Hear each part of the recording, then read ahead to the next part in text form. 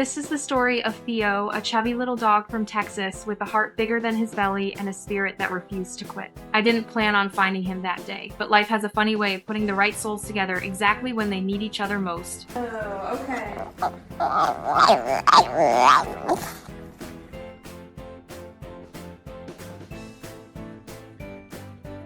Theo's story started in heartbreak. His owner passed away, and he ended up in a shelter alone, scared and confused. The staff said he was on the red list, which meant his time was almost up. When I first saw him on Pet Finder, there was this one picture that stopped me cold. His neck was squeezed into a harness that was way too tight, his eyes tired but still so gentle. I whispered to myself, "That's him. That's our boy."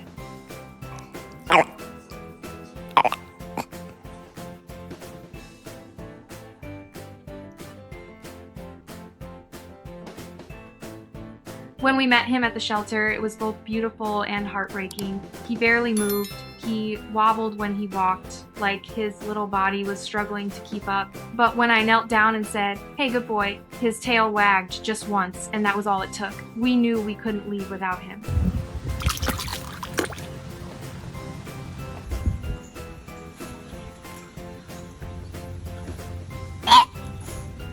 The shelter didn't know much about his past, but they said he'd likely been well-loved once, maybe a little too much. He'd been overfed for years, probably snacking on fast food and table scraps. His breathing was heavy, his snoring even heavier, and he had that look of a dog who just didn't feel good anymore.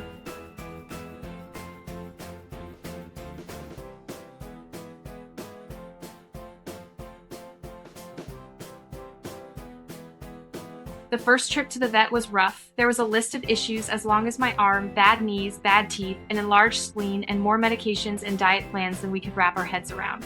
I remember looking at him sitting there, tongue hanging out, completely unaware of how much trouble he was in, and thinking, "We'll figure this out. You're home now."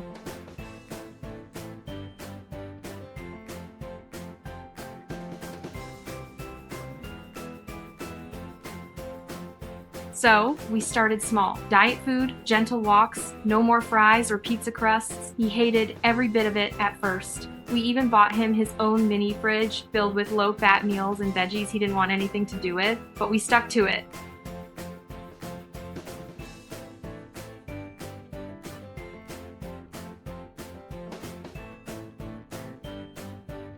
Theo had come from Texas, so when we brought him home to Colorado, the cold weather was a shock. He hated the snow. The first time he saw it, he just stared, refusing to take another step. But slowly, like everything else in his life, he learned to love it.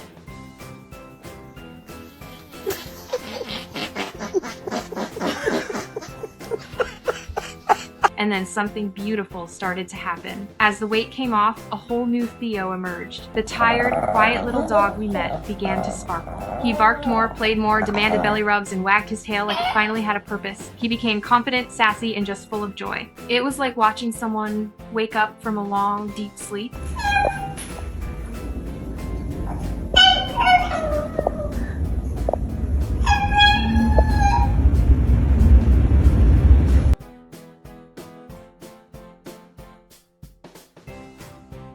Over the next year, Theo lost more than a third of his body weight, from 14.4 pounds down to just under 9. The vet says his ideal weight is around 8, but he's got some extra skin, so we'll let that one slide. Every time he runs now actually runs, my heart catches in my throat, because I can still picture the day we met him when he could barely move.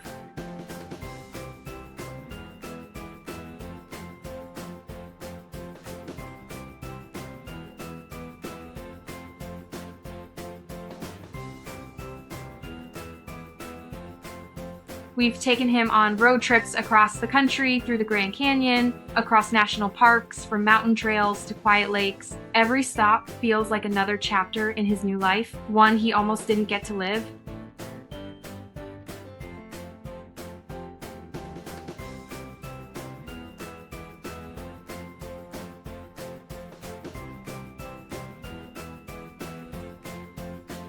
But what really gets me is his bond with my partner, Brendan. Theo adores him, follows him everywhere, gazes at him like he hung the moon. And honestly, I don't blame him. Watching those two together is pure love in motion. Brendan can do no wrong in Theo's eyes, and I think Theo healed something in him too.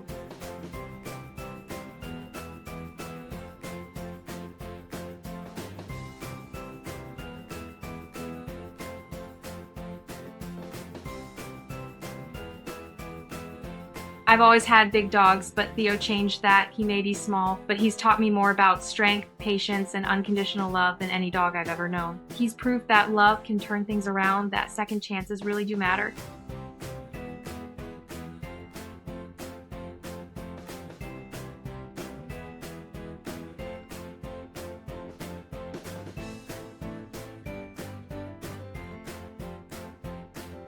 Sometimes I sit and watch him sleep, that little chest rising and falling, and I whisper, "You're safe now."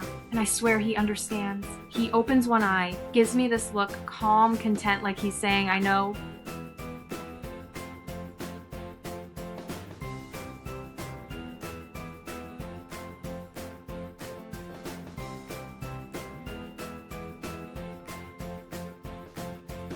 Looking back, I realized Theo didn't just need rescuing, I did too. He reminded me that love doesn't have to be perfect to be powerful. It just needs to be patient and real, and given freely.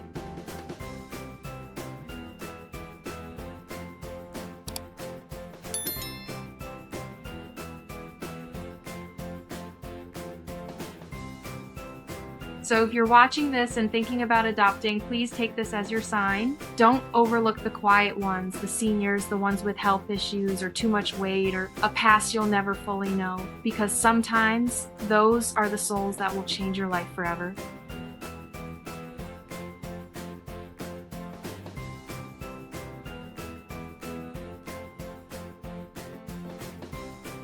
Theo's story isn't about pity, it's about possibility. It's about what happens when love and care meet second chances. And if you ever find yourself standing in front of a kennel, unsure if you're ready, listen to your heart. Because when you rescue a dog, you don't just give them a new life, you give yourself one too.